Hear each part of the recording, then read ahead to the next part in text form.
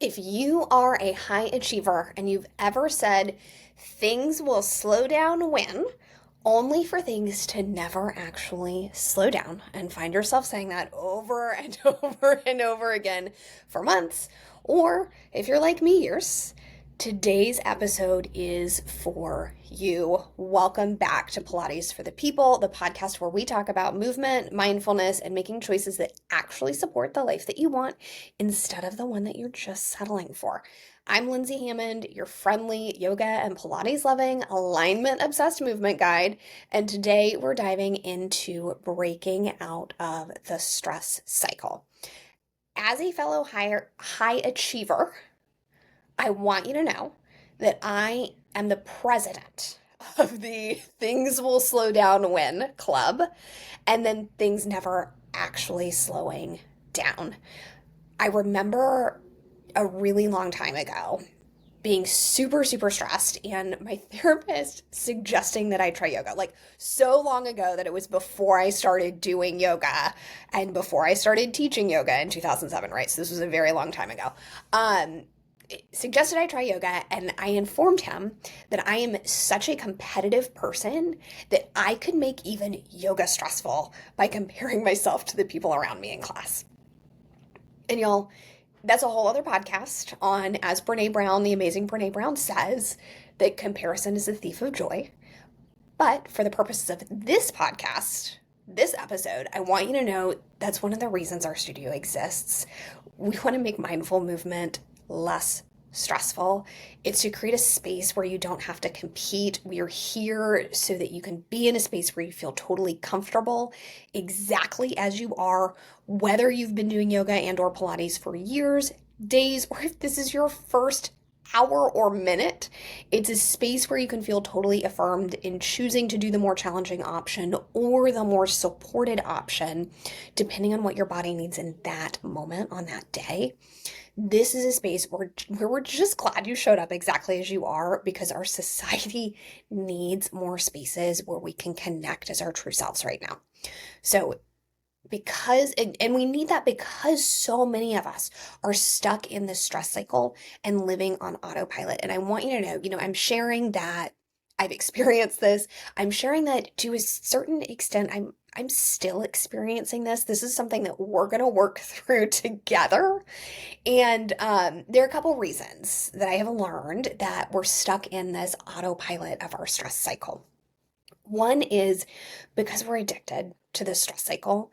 And so we just keep adding more to our plates when things actually do slow down. So we've been in this pattern of overwork, of overachieving, where it's actually more comfortable for us to keep working, to keep pushing, to add the next goal, instead of taking the time to pause and slow down, because we don't know what to do with ourselves when we slow down. If you've ever been to a yoga class and gotten really uncomfortable during the end, during like the slow down, cool down period in Shavasana, or, during footwork on the reformer, you're like, you're like totally checked out. You're not connected to your feet. You're not connected to your ankles. You're sitting there and you're like, what is even the point of footwork? I've been doing this for so long that like my legs don't feel anything anymore. And this is also a whole other podcast. I'm getting a ton of ideas while I'm talking about this, but when you're in a quiet state, you get uncomfortable, it's a good sign you're addicted to the stress cycle.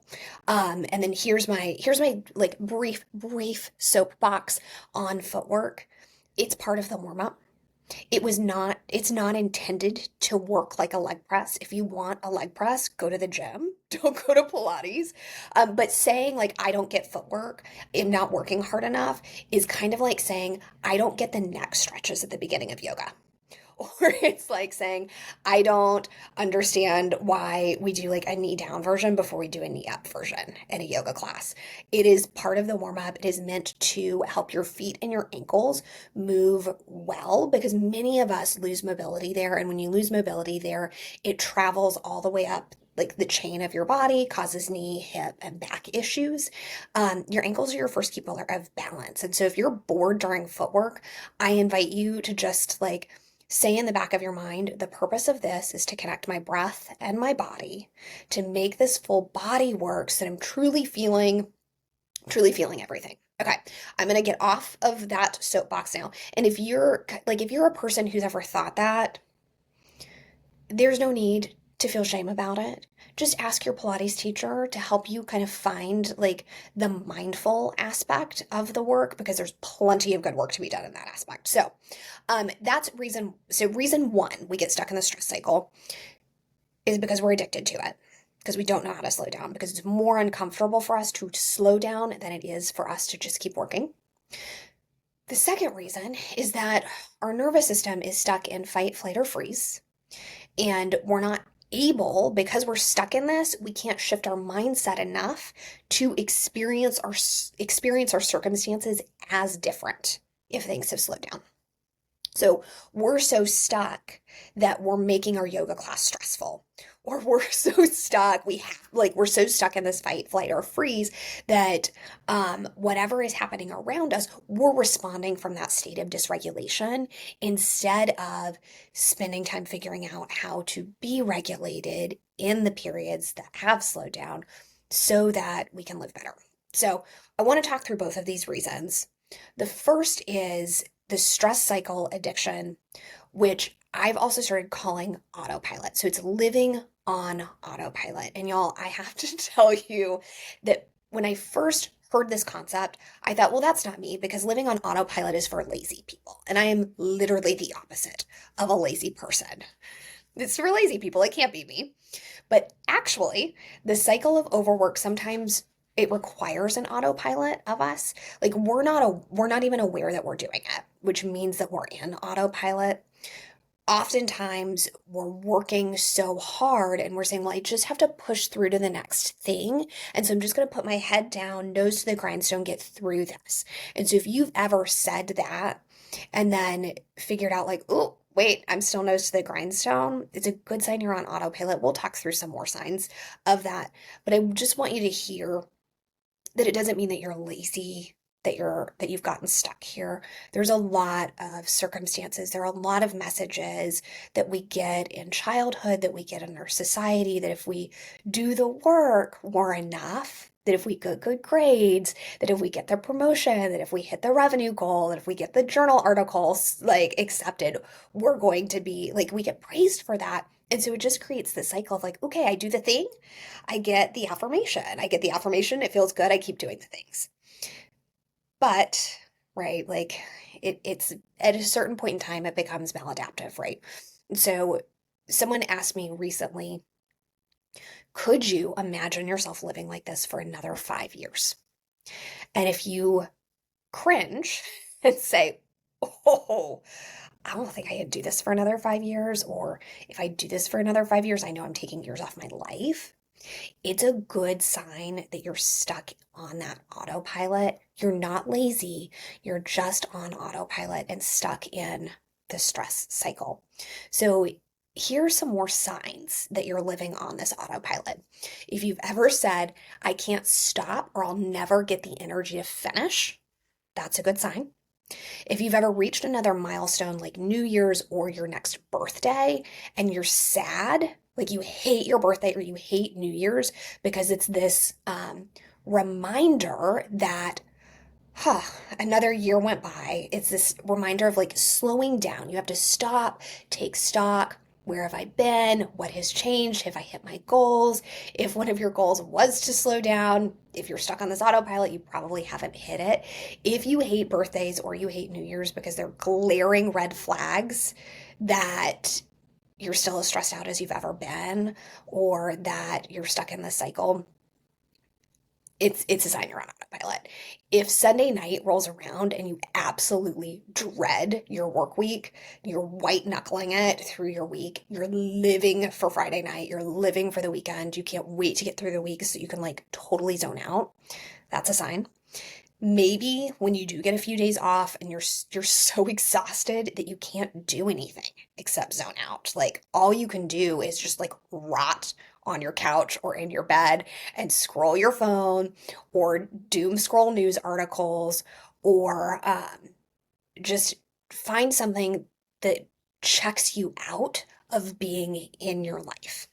So if when you get some days off, instead of doing something that you enjoy, you're just doom scrolling, or you're just like not doing anything that actually like fills your cup, that soothes your soul, that's a good sign that you're on autopilot.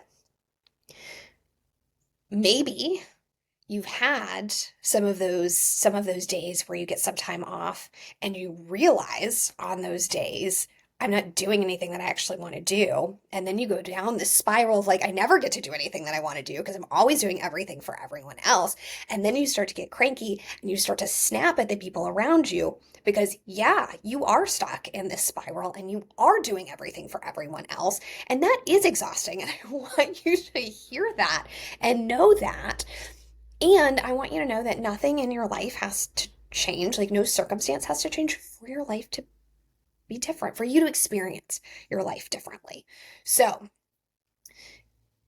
maybe like you get to this cranky point and it's a sign that you're not processing how you're feeling during the rest of your week, right? You're in this overwork so you can avoid having a negative feeling instead of just having the negative feeling. And so now, instead of just like having the negative feeling, you've put it off. So you've kind of had it like living in your body, living in the back of your mind. And then you get to your day off and then you get extra mad because you had to have this feeling, or these feelings started to bubble up. And there are so many of them that you don't know what to do with them. And y'all, like, I am also the president of this. This was my number one sign that I had to start doing something different because I got so sick of living my like limited days off cranky. I'm so tired of it that it's not an option anymore. So another sign is that you can't remember what you actually like to do for fun that's not for someone else. This isn't taking your family on vacation. It's not going on a date with your partner. This is something for you, like just for you. It's like going to yoga or Pilates, reading a book for fun, not for personal development or for your next goal. It is bird watching. It sneaks up on all of us as we get older. Maybe it's dancing. It just, if you're like, just take a second and think to yourself, what do you actually like to do? Maybe you even go back to your childhood and think through, like, what did I really like to do when I was like 8 years old? Like, what brought me joy? Yeah, yeah. It's not for another, like, for no other reason than it just makes you happy, for no other reason that it brings you joy. That's not in service of another goal or another person. And I want you to hear that you deserve that time. Not only do you deserve that time, but you need that time so you can show up better for the people around you, so that you can stop being cranky and snapping at your kids or your grandkids or your spouse or your roommate, so that you can be present to life instead of resentful. All right, final sign, because this overwork, like this cycle shows up differently for everyone. And it's so important to start to get out of it that I want to give you all of the signs that I could at least think of. I'm sure that there are more out there. Maybe, and this one hits hard for me too, maybe you feel like you're not enough no matter how much you achieve. Maybe you get the promotion or a great annual review at work only to dismiss the achievement and say something like, oh, I only got that because so and so left the company. Or maybe you get a paper accepted and instead of being excited, you spiral at the harsh comments of reviewer number 2. Maybe you hit a revenue goal as an entrepreneur only to raise the bar and think, well, I'll finally be able to start delegating when I hit this new number. Like, that'll be safe to delegate that. It'll be safe to take a step back then. Maybe you're literally always in a rush, even when you don't have to be. And y'all, you got to change this. You've got to change this. And a very smart person showed me recently that if you don't shift your nervous system, so if you don't get out of the stress cycle, in addition to changing your mindset, you can't create a change that lasts. So, second piece to this is mindset. And I want to talk about this because we really do all deserve better than this. We were not put on this earth to suffer. We were put on this earth to be of service to others and to make the world a better place. And we don't have to do that from a place of stress. In fact, we shouldn't. It's a sign that you're in the stress cycle if you're doing your service from a place of stress. And honestly, people can feel it when we resent them, and it sours our efforts to be of service to them. And you want to be giving from a place of ease, right? You want to be giving from a place of like the overflow of your cup. You want the people in your life to feel like you're glad to help them, not like you lost sleep to stay up to do the project for them and secretly wish, or to like do the laundry for them, or to finish the thing, or to run the extra errand. Like, and then just like you want people to feel like you're glad to be there and not like you secretly wish they'd done it themselves. Right? Right. But before we go any further into this work, I want you to know that a study showed that 70% of us are living in a state of nervous system dysregulation. 70% of people are experiencing all of the negative effects of chronic stress. So I say that because I want you to know that it is not just you. Truly, it is not just you. And so many of us who are overachievers because we feel like we're not enough, because we feel like there's something wrong with us or there's something missing. And so I want you to know that you're in the majority here. We don't have to stay in this majority, right? As overachievers, we probably want to get out of that. We're going to want to overachieve, getting out of the overachieving stress cycle. But just know that as you're starting that journey, or wherever you are on this journey, right? I think that this is an ongoing practice. Yoga and Pilates are a practice. They're a process. They're not a destination, because it really truly is about what we learn about ourselves while we're doing this work. Any goal that we set, it's more about who we become on the journey to reaching the goal than it is to ever even reaching the goal, right? So anyway, you deserve better than chronic stress. And here's why. So chronic stress is a trigger for our body's fight or flight response, right? Survival mechanism that evolved to help us deal with immediate threats. And when this response, when our nervous system is activated repeatedly or for prolonged periods like this, we stay in a heightened state of alert, which has a pretty damaging effects. So one of the most significant is the increased production of cortisol, which is the primary stress hormone. We need it. We need it. Cortisol's gotten kind of a bad rap, so don't we need to like hear this and be like, cortisol, bad, never. It's useful in short bursts to help us manage stress, but when it stays elevated over time, it can cause lots of problems like suppressed immune function, heightened sensitivity to pain, and an inability to manage inflammation effectively. And so when this happens, this systemic inflammation, which is a condition where the body's immune system is constantly on high alert, it's linked to many chronic pain conditions, including arthritis, fibromyalgia, and back pain. And it can contribute to muscle tension and headaches because we're staying in the state of constant like contraction and tightness, which exacerbates discomfort and it makes recovery more difficult. It disrupts our sleep patterns, which makes it harder for the body to repair itself. And sleep is critical for healing. Nothing is better when you haven't slept enough, right?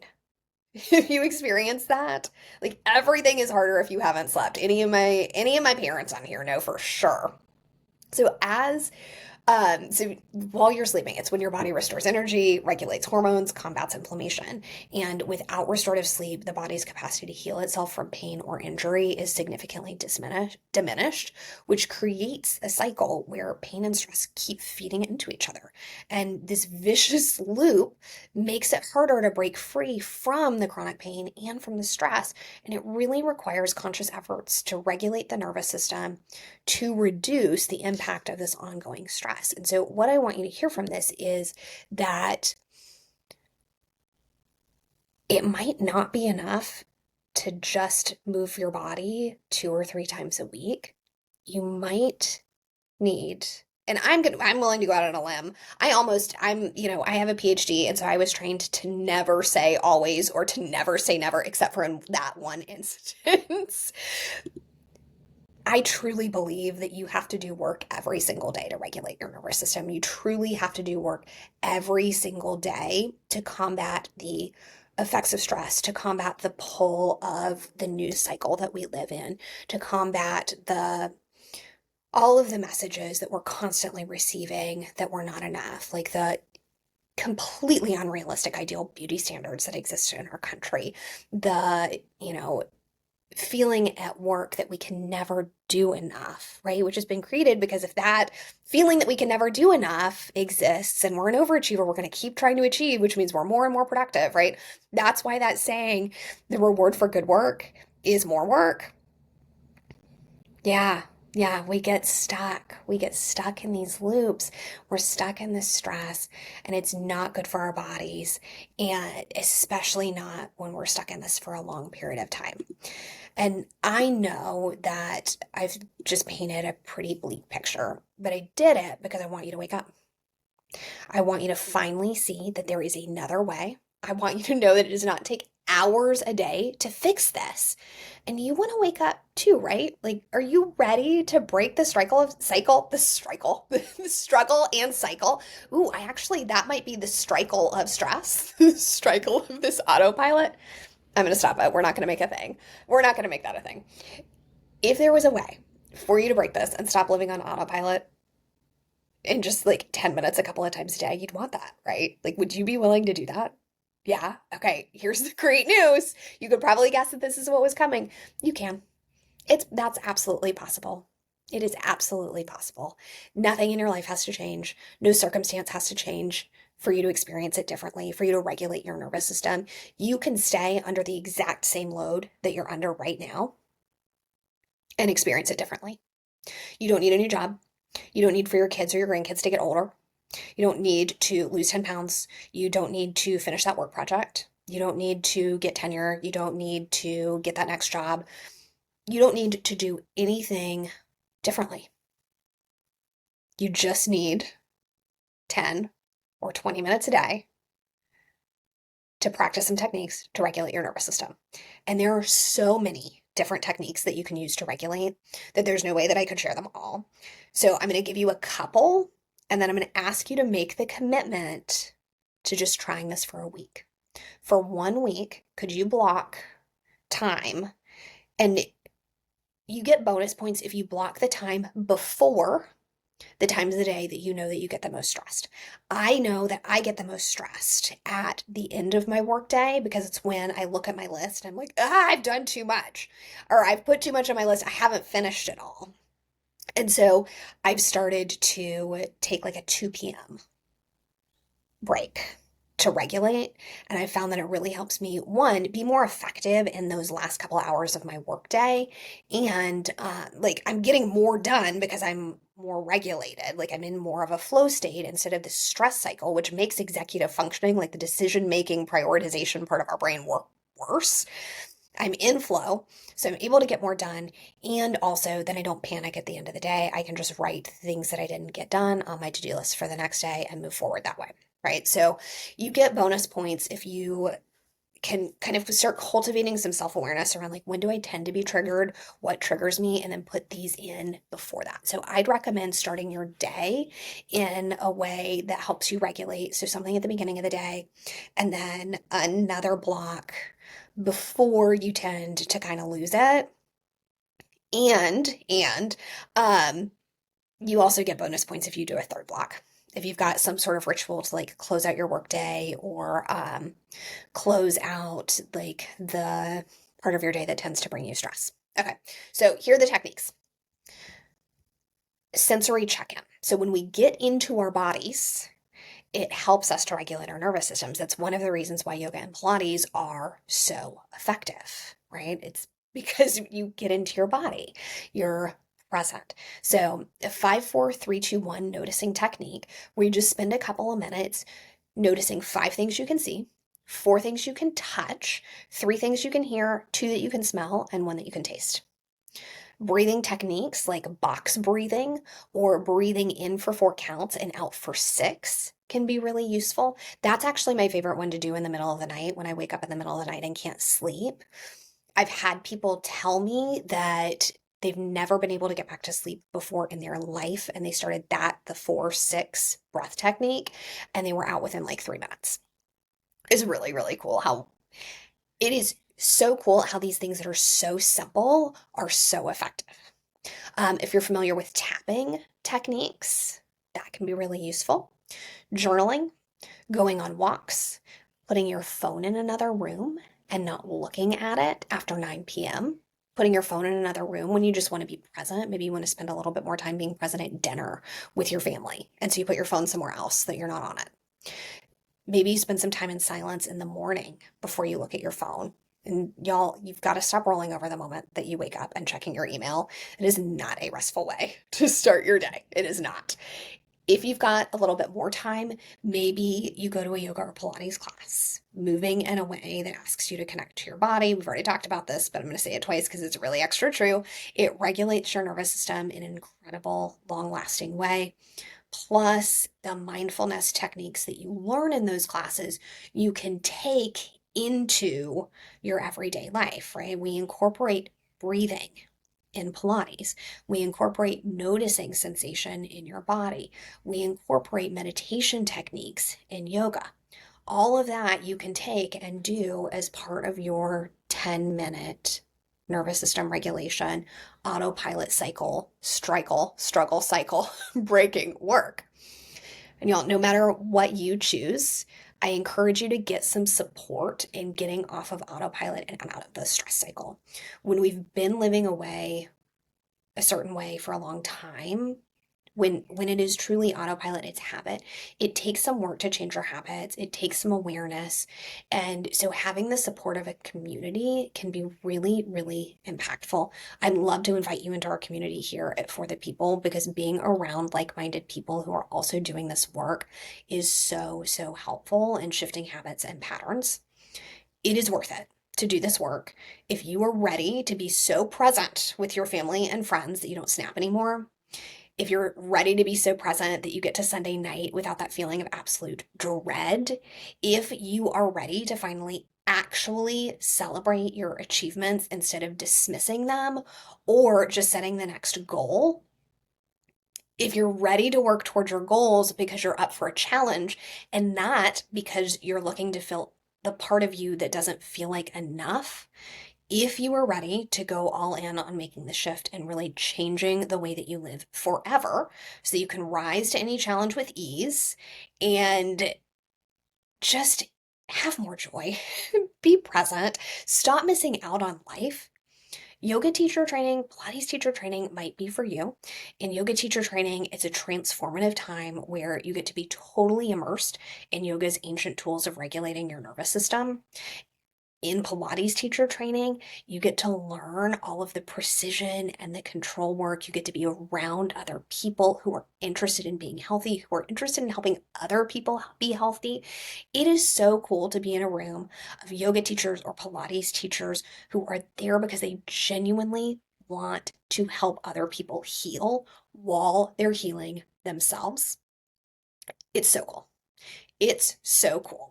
If you were looking for some extra support or just want to have a whole lot of fun, head to our website for more information and to apply. And please, please, please remember that there is so much hope. It will not take long to start to feel or see a shift in your response. And you are absolutely able to get off of autopilot. So, what are you going to do each day this week to feel a little bit better?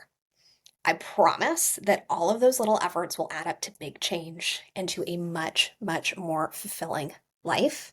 You were put here for joy. You were put here to share your gifts with the world, and it doesn't have to be a struggle. So we're here to support you, and we are cheering you on.